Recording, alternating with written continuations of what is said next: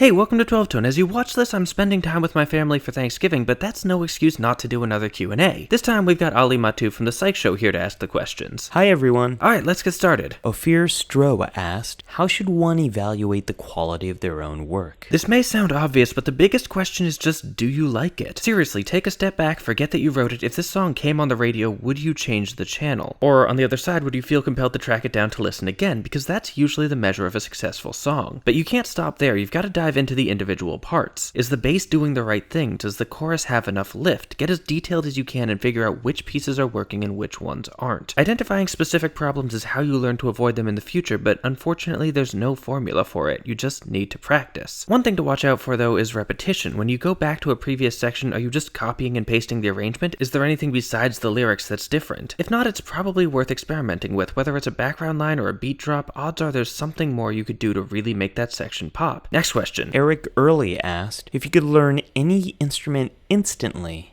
what instrument would you choose? Probably the bassoon. I've mentioned before that I love low-end instruments, and the bassoon just has this wonderful tone to it that I've always admired. Of course, I'd have to dedicate most of my waking hours to making reeds, but hey, that's the price you pay. I'm also tempted by drums. I've always wanted to be a drummer, but I've never been able to master the three-part rhythmic separation. Next, Hector Bonte asked, are you interested in hip-hop? Any chance we could see a hip-hop analysis? I'm definitely interested. It's one of my favorite genres. As for an analysis, maybe. The primary compositional elements of hip-hop are usually the lyrics, rhythm, and timbre, which is the various tone colors of the orchestration, and while those are all really important, I tend to prefer analyzing harmony, which is often fairly straightforward in hip-hop. It would have to depend on the song, so until I get a specific patron request, I can't say for sure, but as with any other analysis, it all comes down to whether I can find enough to say, and considering my area of expertise, I don't know that I would. But seriously, if any of our Patreon patrons have specific hip-hop requests, let me know and I'll take a look. Next, Ewan asked, what would you say is the hardest thing about being a music theorist? Maybe this has more to do with doing theory in public, but I think the hardest thing is having to constantly defend its existence. Very few days go by without someone commenting on one of my videos that my entire field of study is pointless and shouldn't exist, and it gets tiring fast. I used to respond and try to justify myself, but these days I mostly just delete them. It's easier that way. Oh, and also there's not a lot of money to be made in music theory. That's another hard thing. Next question. JCBQ asked, do you think you might release a book? I've actually considered it. I got contacted a while back by a publisher, and while researching their company made it clear I didn't want to work with them, it did pique my interest. I think the main thing stopping me is that I'm bad at long-term projects. One of the reasons I was drawn to both music and YouTube is that the things I'm making are so short that I can go from concept to finished product relatively fast, but writing just the first draft of a book could take months. Or more. I have no idea. But if anyone out there is a publisher and wants to give me a financial incentive to actually do it,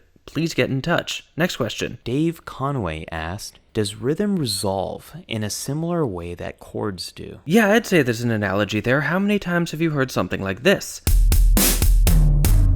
I mean, if we look at chord resolutions, they're generally driven by dissonance, which is basically just harmonic complexity, so it stands to reason that you could create a similar effect by using rhythmic complexity instead. Of course, the mechanisms for doing that are pretty different because rhythm has a predefined structure whereas harmony doesn't, but the idea at least is similar. Next, Elliot Burke asked, how do the principles of analysis change across cultures? Oh, it changes completely. If you take the tools we've developed to analyze Baroque composers and apply it to Carnatic music, which is the classical music of South India, it's not gonna make any sense. That's not because Carnatic music is worse or less structured, it's just built on a completely different set of ideas about what music is and how it works. In order to usefully analyze it, you need to understand those ideas and build your analytical approach around them. This even comes up in subcultures. As I mentioned earlier, trying to analyze a hip-hop song with the jazz and rock tools I tend to use would be difficult and would probably wind up making it seem much more simplistic than it actually is. Even though rock, jazz, and hip-hop are all children of the greater American, or more specifically African-American culture, and they all have a lot of the same musical ancestors, each one needs to be approached differently because each one values different things. In these cases, the tools for one can help you understand the others, but you need to recognize their limitations or you'll wind up missing the point. Next question. Jeff Hook asked, how much paper do you throw away from screwing up the illustrations? Surprisingly little, actually, although I'm flattered that you think my drawings look like I practiced them. But seriously, because of the one-shot aesthetic we've got going on, redoing a drawing means redoing the entire page, and that can be 15 to 20 minutes of extra work for one picture, so we try hard to avoid doing that. We've probably lost a lot more paper to camera malfunctions than to artistic mishaps. Next. Technicality asked,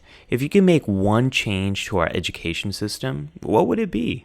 Does burn it all down count as one change? No? Then I'd get rid of grades. I think in order for an education system to be effective, you need to deconstruct the adversarial relationship that exists between teachers and students, and a huge part of that is the power imbalance between the two. I don't think it's wise or even really possible to completely remove that imbalance, because teachers need some level of authority in order to do their jobs, but authority works best when it comes from a place of trust and respect rather than obligation and fear. Grades turn teachers into video game bosses to be defeated rather than allies there to help you accomplish your goals, and there's plenty of good educational models out there that don't use them. Next. Luca Bergman asks, do you have some updates about the ear training app? I do. When we first launched our Patreon, I mentioned that I had an idea for an ear training app I'd like to make, and we said we'd do it once we hit $500 of monthly support. We just crossed that line recently, so we've started working on it in earnest and hope to have it out in a couple months. We'll let you know when it releases. Next question. Jim Bilodeau asked, can you explain why different orchestral instruments tune to different notes? Okay, so for those of you who don't know, there are certain instruments called transposing instruments that tend to notate things weirdly. Like if a piano player saw this, they'd play a C, as would most other instruments, but a trumpet player would play a B flat. In fact, every note a trumpet plays sounds a whole step lower than where it's written. Why? Well, mostly historical reasons, but to understand the practical value, let's talk about saxophones. The two most common kinds of saxophone are the alto sax and the tenor sax, and barring a couple adjustments to the shape, they're basically the same exact instrument. They have all the same parts, and the technique for playing them is identical, but the ranges are different. If you play the same fingering on both saxophones, you'll get two different notes a perfect fourth apart. But since they're so similar, professional sax players are generally expected to know how to play both, so instead of learning two completely different sets of fingerings to play each note, they just learn one pattern and then change their notation so that either way they play the right sound. Next question. Connor Teague asked, what's your opinion on computers using machine learning to write music? Do you think they'll replace humans eventually? Absolutely, yeah. I think it'll take longer than most other jobs, but artificial intelligence will learn to make art. It's just a matter of when. As for my opinion, I'm totally in favor. I think of it sort of like Go players seem to think about AlphaGo. When computers learn to make music as well as humans do, we're gonna learn a whole lot more about how music actually works. They're gonna experiment with the principles of sonic art in ways we can't even imagine, and I, for one, can't wait. Anyway, that seems like a good place to end. Thanks to Ali for helping us out. If you don't know his work, Ali is a practicing clinical psychologist and host of The Psych Show, a channel all about the mind that explores topics like exposure therapy, self-care, and the dangers of dehumanization. He's also a huge nerd and has talked about the psychology of Star Trek, Star Wars, and Harry Potter, among others. If psychology interests you, I highly recommend you check it out, and if reverse psychology interests you, definitely don't click the link in the description. Don't do it. It's a trap. Thanks to everyone for the questions, and thanks to you for watching. If you want early warning for the next Q&A, our Patreon patrons get notified first, and we also collected questions on Twitter, Facebook, and through our mailing list, so follow us on any of those platforms. Check out our store, like, share, comment, subscribe, and keep on rockin'.